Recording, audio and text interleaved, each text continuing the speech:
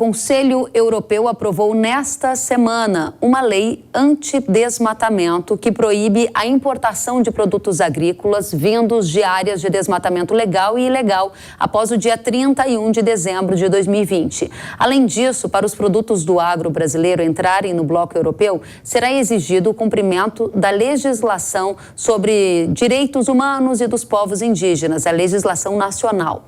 A medida vai valer para produtos como soja, café, cacau, chocolate, carne bovina e borracha. E o exportador brasileiro deverá emitir uma declaração confirmando que o produto não tem como origem áreas desmatadas depois desta data de corte lá em dezembro de 2020. Para isso, será necessário fazer toda a rastreabilidade da cadeia, ligando o produto agrícola à coordenada geográfica da área em que foi produzida. Haverá também um sistema de classificação de risco país. Os países serão avaliados com risco baixo, médio ou alto para desmatamento e degradação florestal. As exigências das empresas que quiserem exportar para a Europa irão depender desse nível de risco. Quanto maior o risco, maior as exigências e também penalidades. Essa lei já havia sido aprovada pelo Parlamento da Europa, só que agora, com o aval do Conselho Europeu, ela vai ser publicada no Jornal Oficial da União Europeia e entrará em vigor em 20 dias. Por isso é hora da gente entender profundamente os impactos de curto, médio e longo prazo para o agro do Brasil que exporta produtos agrícolas para essa região, para a Europa. Vamos receber o nosso convidado Daniel Vargas, coordenador do Laboratório de Bioeconomia da Fundação Getúlio Vargas. Professor Daniel, seja bem-vindo à Jovem Pan News. Tudo bem, Kelly. Muito obrigado. Um prazer falar com vocês mais uma vez. Da mesma forma. E, professor, agora sim é para valer. Lei aprovada no último estágio, alguns dias para entrar em vigor. Aqui no Brasil ainda tem esse tempo de transição. O que muda de imediato para o agro com esta nova lei ambiental europeia? Ótimo. No curto prazo, de imediato, como você disse, Kelly, de 100% da exportação brasileira, em torno de 15% vai para a Europa. Desses 15%, metade, 7,5%, são produtos do agronegócio. A lei europeia atinge em torno de metade ou 60% destes 7,5% do agro. E, portanto, em torno de 4%, 4,5% de todo o produto brasileiro exportado é atingido diretamente por essa norma. Se nós formos colocar em reais, isso daria algo em torno de 15 bilhões ao ano. É pouco em termos totais, porém, é um montante muito significativo, especialmente considerando o momento de vacas magras, digamos assim, e também para aqueles produtores que são afetados. Em relação aos produtores, qual é o montante que nós estamos falando? No caso da soja, 6% dos exportadores brasileiros serão atingidos diretamente. No caso da carne, em torno de 1% dos exportadores serão de forma imediata atingidos. Aqui uma observação, Kelly. Na verdade, a lei, ela vale, como você mesma falou, para todos os produtores interessados em exportar para a Europa.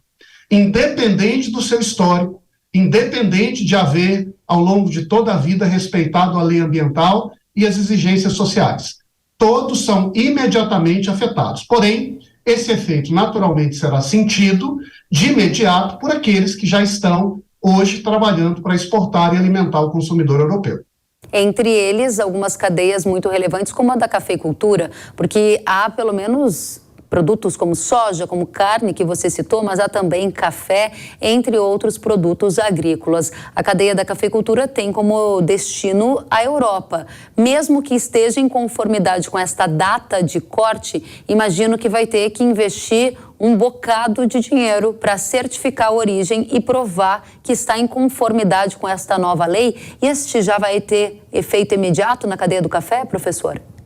Sem dúvida alguma. A lei europeia, ela tem uma engenhosidade muito particular, Kelly. O sistema europeu cria um sistema de controle rigoroso que tem como destino imediato as traders. Então, elas é que são, a partir de agora, investigadas, fiscalizadas para garantir que elas trazem não apenas produtos, digamos, seguros, mas produtos que cumprem com aqueles critérios socioambientais que a Europa exige. E o que as traders, a partir de então, passarão a fazer é transferir ou delegar essas exigências para a ponta.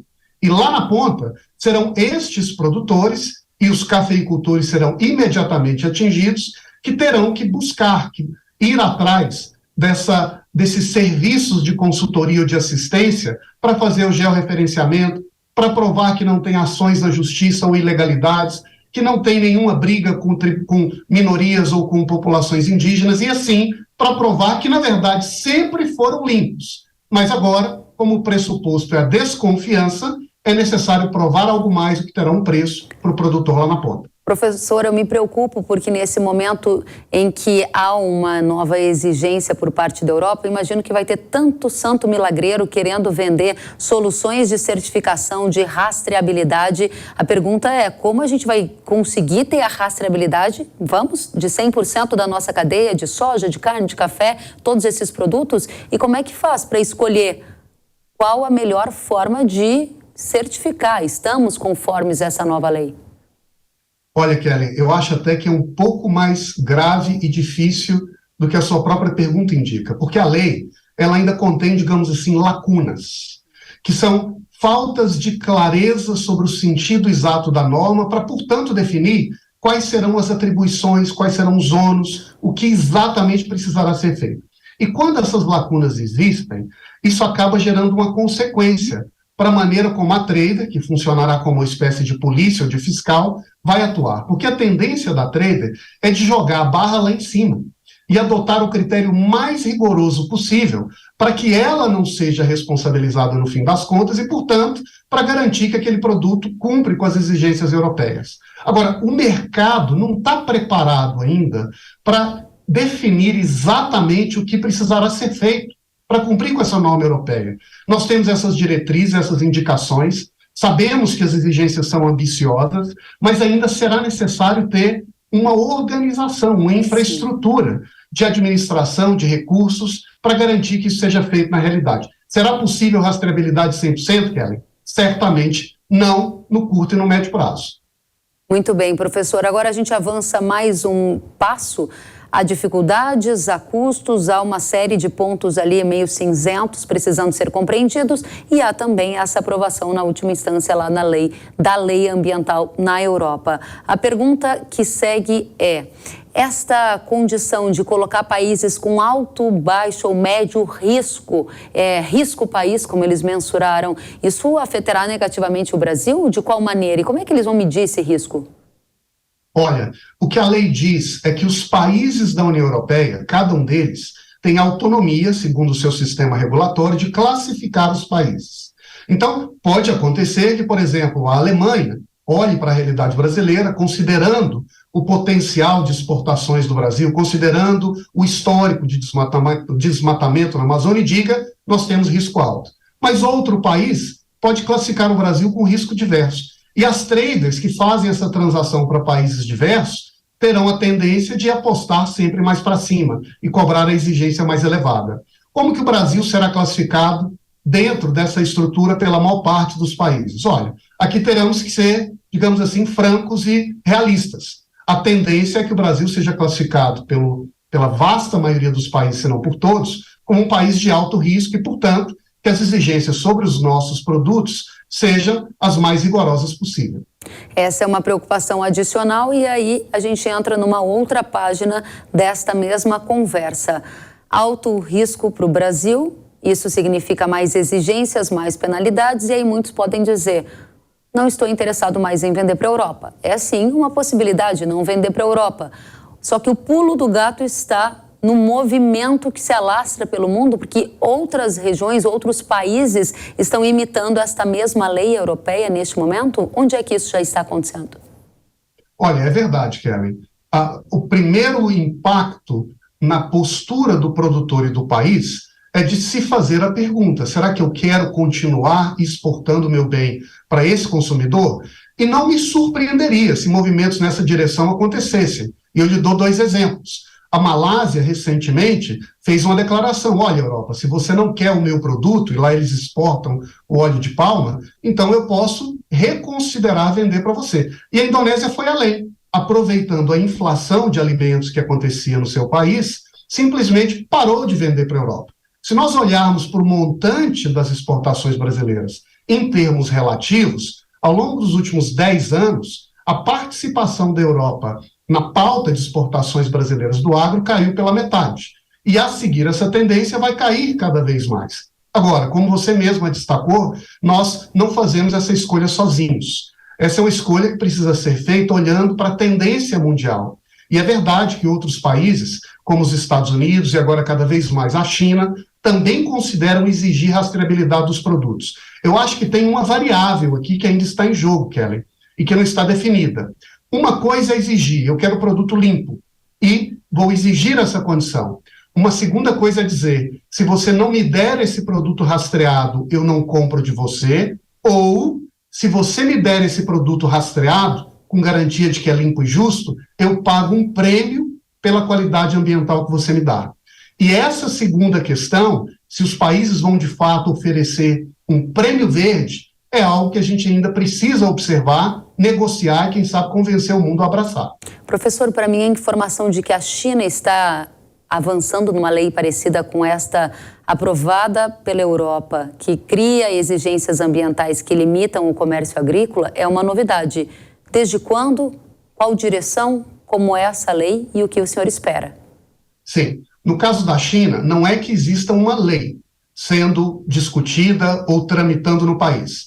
Existem preocupações e discussões sobre a necessidade ou interesse de limpar a base de comércio internacional de alimentos do país. E o que eu posso te antecipar, Kelly, nas conversas que eu tenho participado, é que a direção adotada pelo país não é a europeia, e esse é o ponto que eu estava destacando, é de investigar caminhos para premiar quem produz com mais qualidade, em vez de seguir a rota policial europeia, de punir quem não segue o meu padrão. O efeito final é a sustentabilidade crescente da produção de alimentos. Muito bem, professor, uma última questão. Trocando em miúdos tudo o que a gente conversou aqui, na sua avaliação, esta lei trata-se de um protecionismo ambiental disfarçado ou ele está escancarado mesmo? Eu acho que é escancarado, Kelly.